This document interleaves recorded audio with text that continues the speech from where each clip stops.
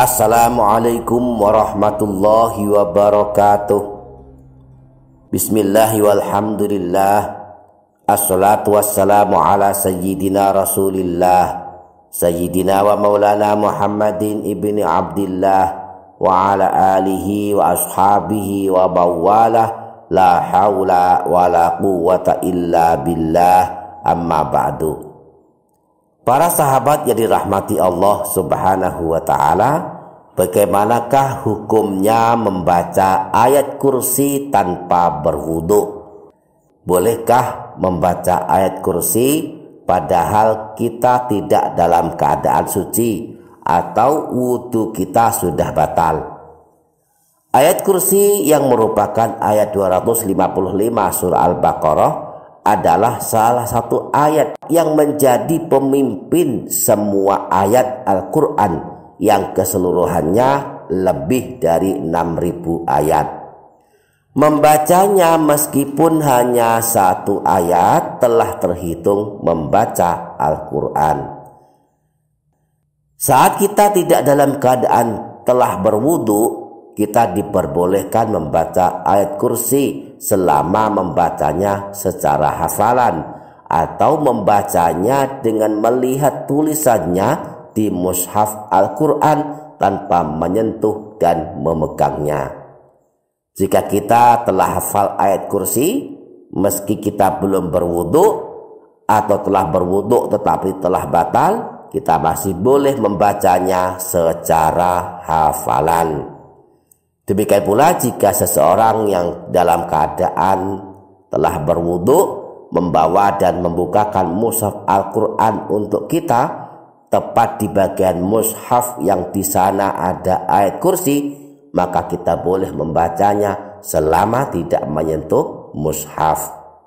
Jelasnya saat kita berada dalam keadaan tidak berwudu masih boleh membaca ayat kursi dengan syarat membacanya secara hafalan atau membacanya di dalam mushaf Al-Quran tanpa menyentuhnya.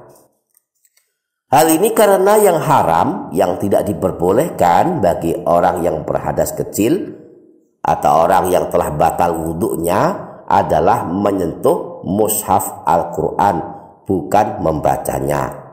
Syekh Taqiyuddin Al-Hisni dalam kitab Kifayatul Akhyar menjelaskan hal ini. Wa yuhramu 'alal muhdisi salah satu asya, as-salatu wa tawafu wa basul mushafi wa hamluhu.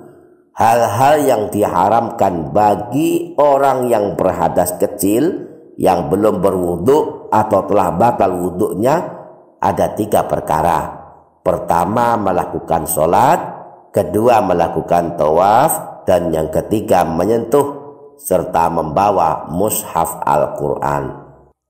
Tentang keharaman menyentuh mushaf Al-Quran ini bagi orang yang berhadas kecil, Imam Taqiyuddin mengajukan dalil dalam Al-Quran dalam surah Al-Waqi'ah ayat 79, la yamassuhu illal mutahharun.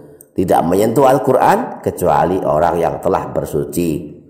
Juga dengan dalil dari hadis Rasulullah, la yamassul qur'ana illa tahir. Tidak menyentuh Al-Quran kecuali orang yang telah bersuci. Syekh Dr. Ali Jum'ah, seorang ulama dan mufti dari negara Mesir, mengatakan, la mani'a syar'an min qiraatil Qur'an bi ghairi wudu'in ma'adami mashil mushafi amalan bi qawlihi ta'ala la yamassuhu illal mutahharun. Tidak ada halangan secara syarak membaca Al-Quran tanpa berwudu dengan syarat tidak menyentuh mushaf Al-Quran sebagaimana firman Allah, la yamassuhu illal mutahharun, tidak menyentuh Al-Quran kecuali orang yang telah berwudu. Dengan demikian para sahabat, jika wudu kita telah batal, kita masih boleh membaca dan mengulang-ulang ayat kursi baik secara hafalan maupun dengan membacanya di dalam mushaf tanpa menyentuhnya.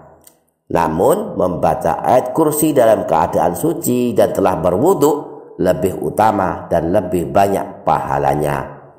Para sahabat yang dirahmati Allah Subhanahu wa taala, ayat kursi yang demikian hebatnya, banyak keutamaannya, merupakan pemimpin semua ayat Al-Quran.